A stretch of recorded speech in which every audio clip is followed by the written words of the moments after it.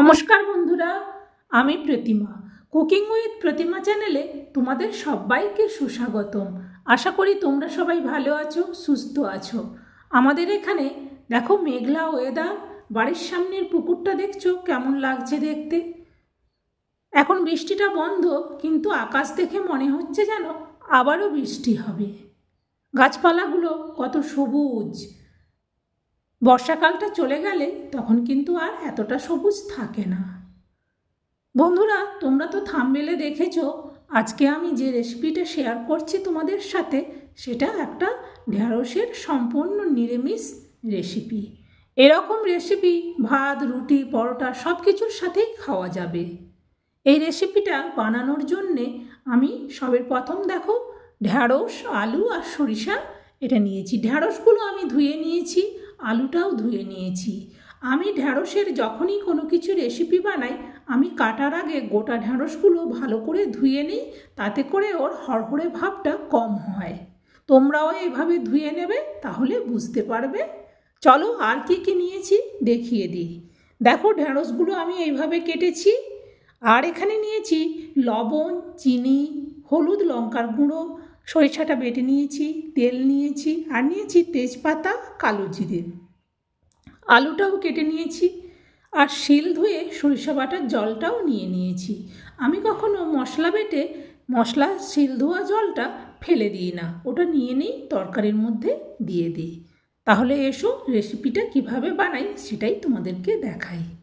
তার জন্য প্রথমে আমি গ্যাসটা জ্বেলে নিচ্ছি। এবার আমি কড়াইটা বসিয়ে দিলাম।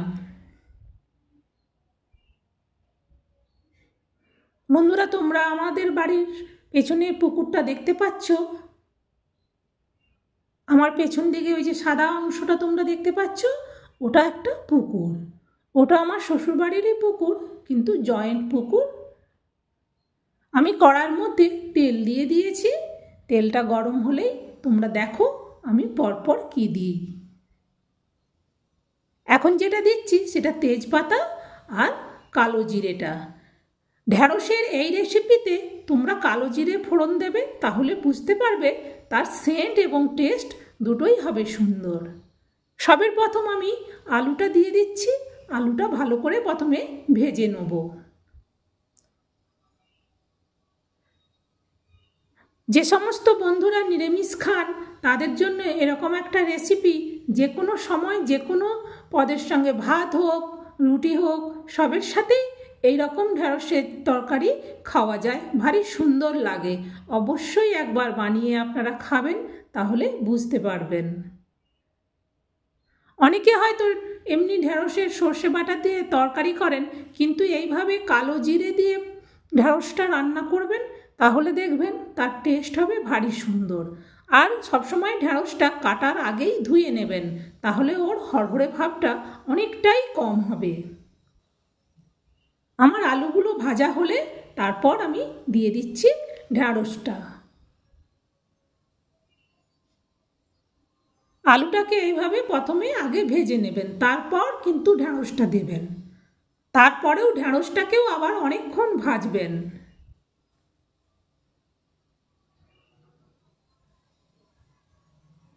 ঢ্যাঁড়সটা একটু ভালো করে না ভাজলে ওর গা থেকে হড়হড়ে ভাবটা যায় না, তখন তরকারিটা কিন্তু অতটা ভালো হয় না হড়হড় করলে।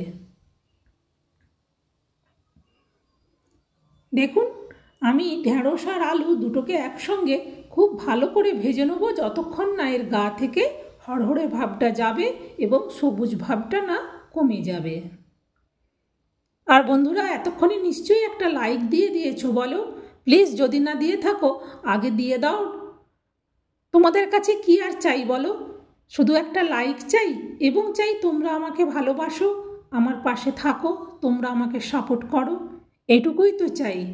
তোমরা আমাকে এইটুকু দাও, আমি তার বিনিময়ে তোমাদেরকে দেব অফুরন্ত ভালোবাসা, এবং আমি যা রেসিপি জানি সব তোমাদের সাথে শেয়ার করব। আমি দিয়ে দিলাম লবণ আর চিনি।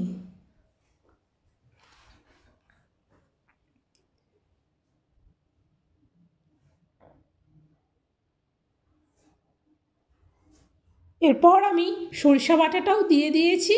এইবার ওইটাকে ভালো করে ভাজতে হবে।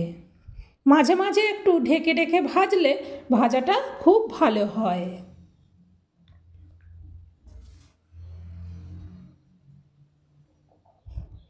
এইবার আমি দিয়ে দিচ্ছি ওর মধ্যে হলুদ আর লঙ্কার গুঁড়োটা। ওটা প্রথমে দিলে না ওই হড়হড়ে ভাবটার সঙ্গে মোটেও ভালো হয় না, তাই আমি ওটা লাস্টের দিকে দিই। ততক্ষণে ঢ্যাঁড়সের গা থেকে হড়হড়ে ভাবটা একেবারেই চলে যায়।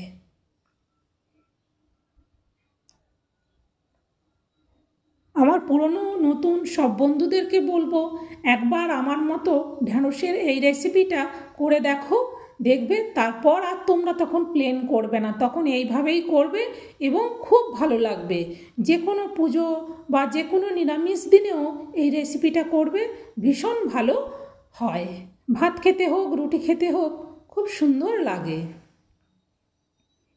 নতুন বন্ধুদেরকে বলবো প্লিজ তোমরা আমাকে সাপোর্ট করো, আমার পাশে থাকো। আমি এখানে সব বন্ধু পেতেই এসেছি এবং বন্ধুদের ভালোবাসা, সাপোর্ট এখানে আমাকে কাজ করতে দেবে মনের আনন্দে। এখানে কাজ করতে গেলে বন্ধুরা না ভালোবাসলে তখন কাজে আনন্দ পাওয়া যায় না। তাই বন্ধুরা তোমাদের কাছে অনুরোধ করছি, প্লিজ তোমরা একটা লাইক দাও আর কমেন্ট করো আমার এই রেসিপি তোমাদের কেমন লাগে। আর তোমরা কে কোথা থেকে আমার এই ভিডিও দেখছো প্লিজ তোমরা কমেন্ট করবে, তাহলে আমি বুঝতে পারবো আমার বন্ধুদের বাড়ি কোথায়। দেখছো ঢ্যাঁড়সের গায়ে আর একটু হড়হড়ে ভাব নেই। এইভাবে যখন পুরো সব কিছু ভাজা হয়ে যাবে তারপর দিয়ে দেবে পরিমাণ মতো জল। আর তোমরা এই লবণ বলো যা কিছু তোমরা তোমাদের পরিমাণ অনুযায়ী দেবে। আমরা তো 3 জন, তাই আমাদের যতটা তরকারি লাগে সেই অনুযায়ী আমি সব নিয়েছি, সেই অনুযায়ী আমি এতে মশলা দিয়েছি, ঢ্যাঁড়স আলু নিয়েছি। তোমাদের ফ্যামিলিতে যদি লোক বেশি হয় তাহলে ঢ্যাঁড়স আলু একটু বেশি নেবে, সেই পরিমাণে লবণ হলুদ সব কিছুটা সেই পরিমাণে একটু বেশি বেশি করে দেবে। আমি মাঝে মাঝে ঢাকনা খুলে দেখে নিচ্ছি হয়েছে কতটা।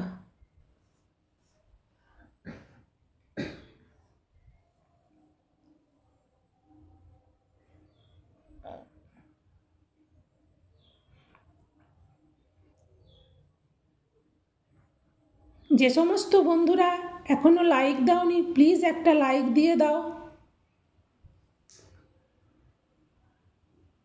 আর কার কার ঢ্যাঁড়সের সবজি খুব পছন্দ তারা কিন্তু সবের আগে কমেন্ট করে জানাবে প্লিজ। দেখো আমার তরকারিটা কেমন হয়েছে তোমাদেরকে দেখাচ্ছি। ঢ্যাঁড়সের অনেক রকম রেসিপি হয়, এইটা সম্পূর্ণ একটা নিরামিষ রেসিপি।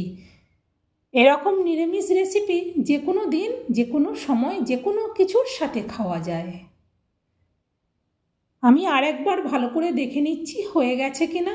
হয়ে গেছে, এবার একটু শুধু আলুগুলোকে মেরে নিয়ে ব্যাস নামিয়ে নেব।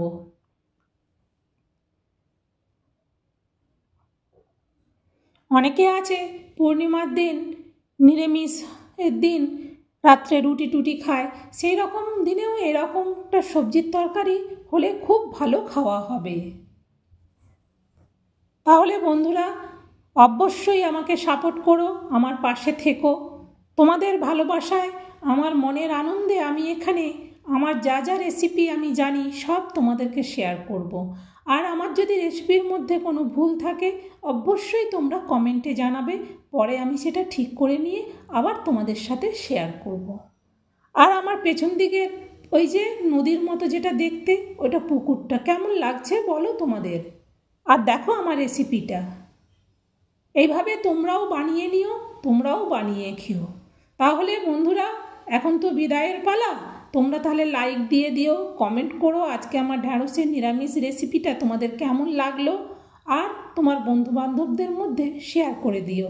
প্লিজ প্লিজ তোমরা আমাকে সাপোর্ট করো, আমার পাশে থেকো এবং তোমরা সুস্থ থাকবে, ভালো থাকবে।